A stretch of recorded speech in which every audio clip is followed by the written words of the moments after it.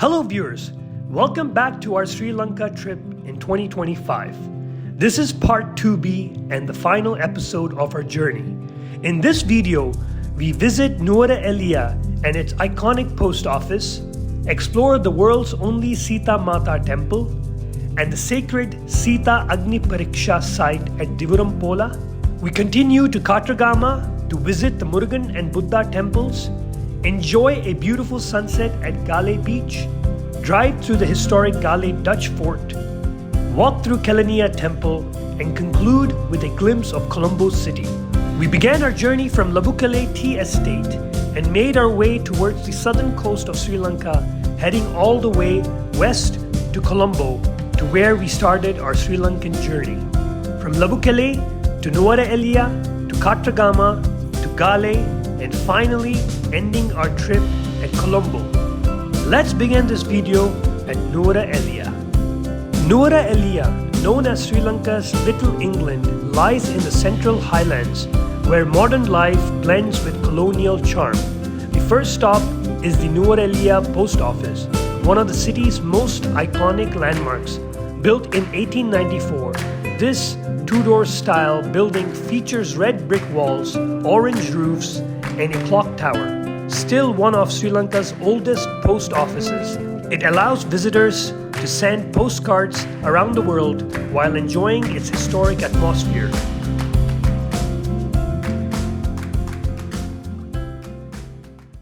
The next prominent place we will visit is the Sita Amman temple.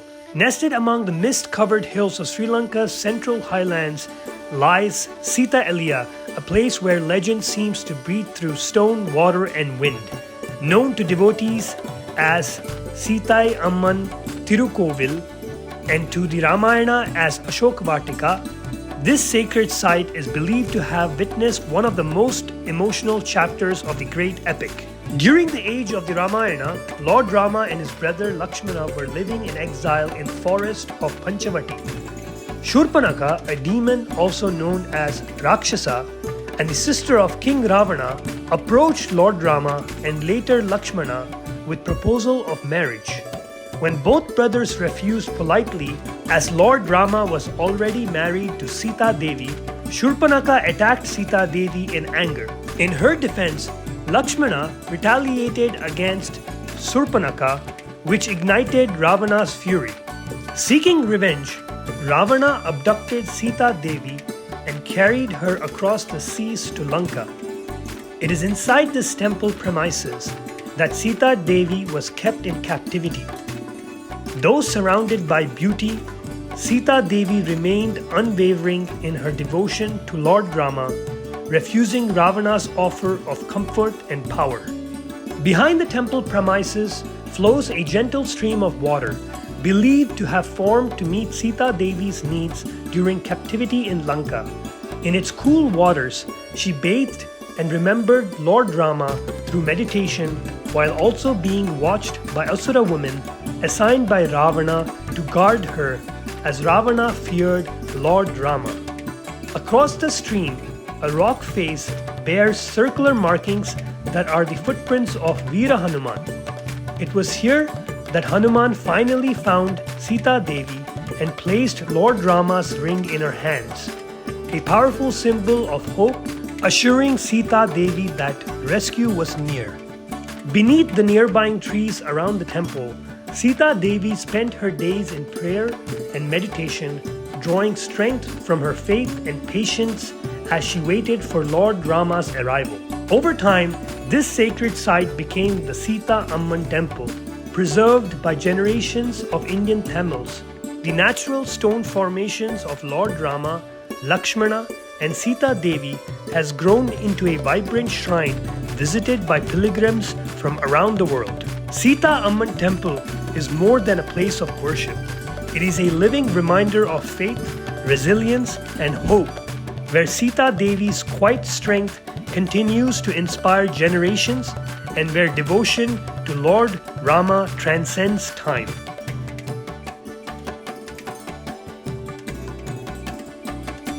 The next most prominent place connected to the Ramayana after the Sita Amman temple is Divurumpola, the sacred site of the Agni Pariksha, which we will view next.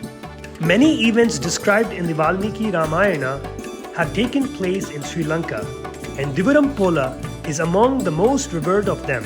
Located about 18 kilometers from Nuwara Eliya in the mist-covered highlands of central Sri Lanka, this peaceful spot is traditionally associated with Sita Devi's Agni Pariksha. According to tradition, it was here that Sita Devi, the embodiment of purity and devotion, chose to affirm her truth after the great war between Lord Rama and Ravana. Upon her reunion with Lord Rama, and in order to uphold Dharma and remove all doubt from the world, Sita Devi herself resolved to undergo a sacred trial by fire, not as a question of her virtue, but as a declaration of her unvarying integrity. At Divurumpola, which means the place of oath, Sita Devi invoked Agni, the fire god, to bear witness to her purity.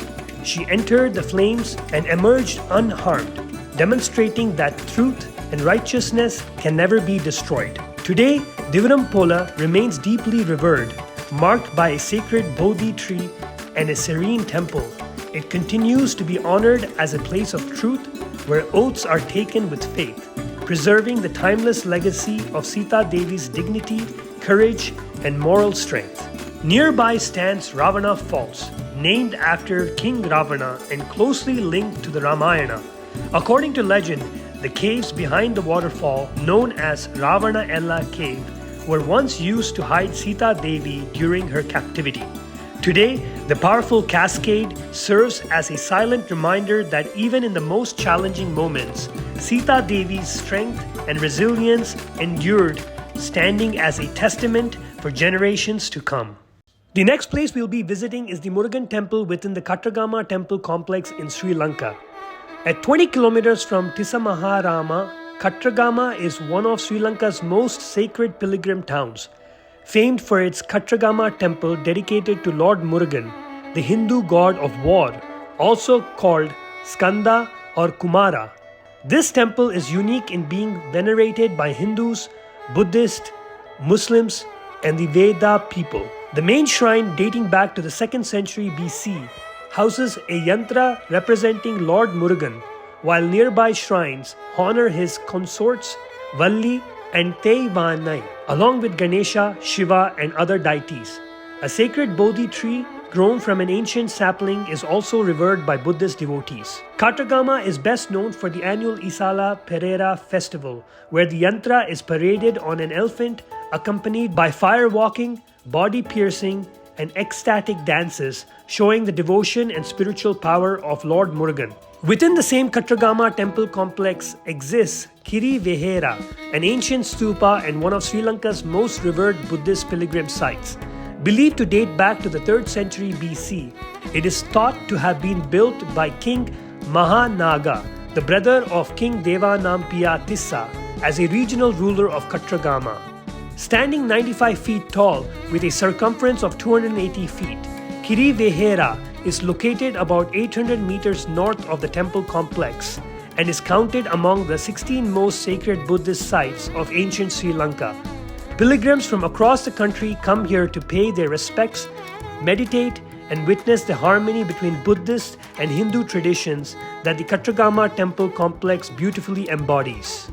The next place we will be visiting is the Galle Dutch Fort, located on the southwest coast of Sri Lanka in the Bay of Galle. Originally built by the Portuguese in 1588, it was extensively fortified by the Dutch from 1649 onwards, creating the strong, resilient walls that still stand today.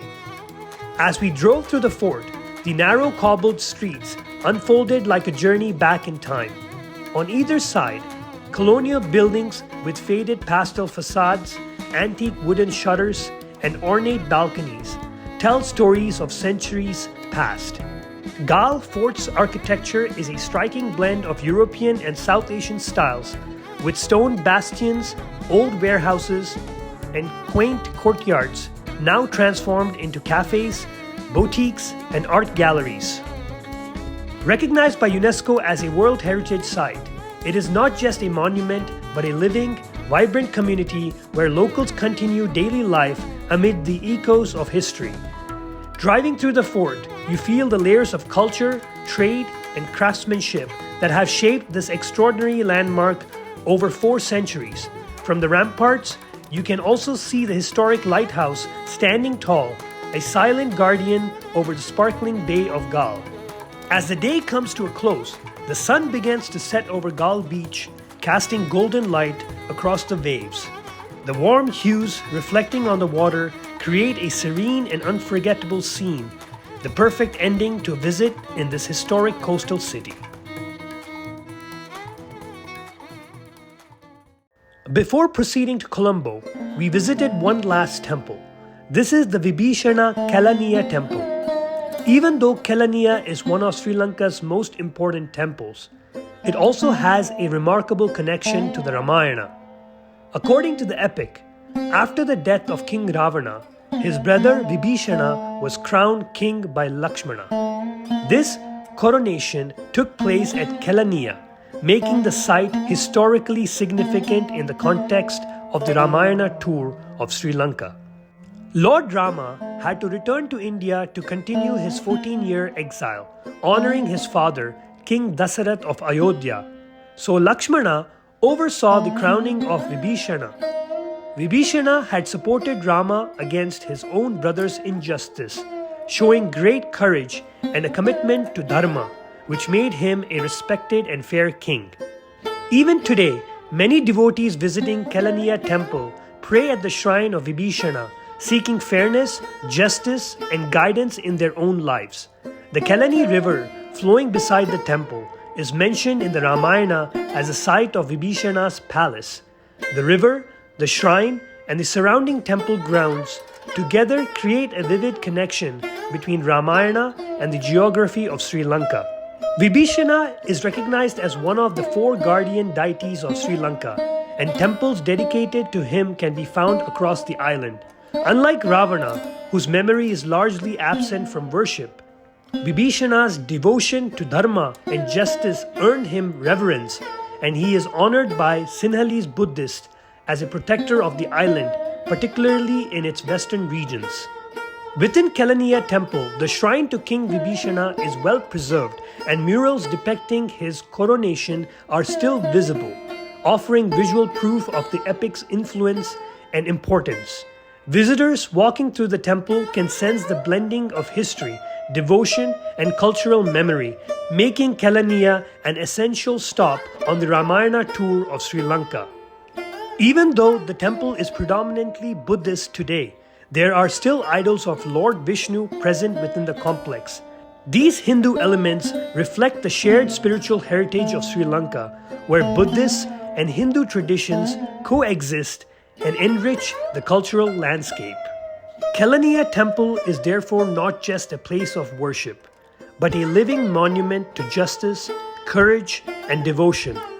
Pilgrims walking along its sacred grounds, gazing at the Kelani River and observing the shrines and murals are reminded of Vibhishana's righteousness, the triumph of Dharma over injustice, and the enduring connection between the Ramayana and Sri Lanka's rich religious and cultural history.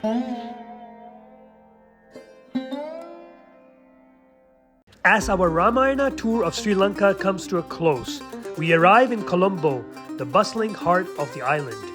Driving along Marine Drive, we felt the city's energy all around us. The waves of the Indian Ocean meeting the shore, the skyline rising behind us, and the busy streets alive with honking cars, cyclists, and pedestrians waving through the vibrant city. Colombo is a place where modern life and rich history coexist. From colonial-era buildings and bustling markets to quiet temples tucked between skyscrapers, each corner tells a story. Looking back at our journey, every moment feels like a story unfolding. The misty hills, sacred rivers, and ancient temples showed us the spiritual heartbeat of Sri Lanka, while its forts, streets, and urban spaces reveal the energy and resilience of its people. In Colombo, we felt the pulse of the city that balances tradition and progress, where every street and seafront view captures a piece of the island's soul. We are grateful to Mr. Vijay Shekhara Vasanta, our tour guide, for taking our family safely across this unforgettable journey. For anyone planning a visit to Sri Lanka, we highly recommend him. Please check the description for his contact details. Colombo and Sri Lanka as a whole is more than just a destination. It's a land of legend, beauty, and enduring spirit, where every view and every story leaves a lasting impression. Thank you for joining us on this journey, and don't forget to like and subscribe to our channel for more travel stories like this.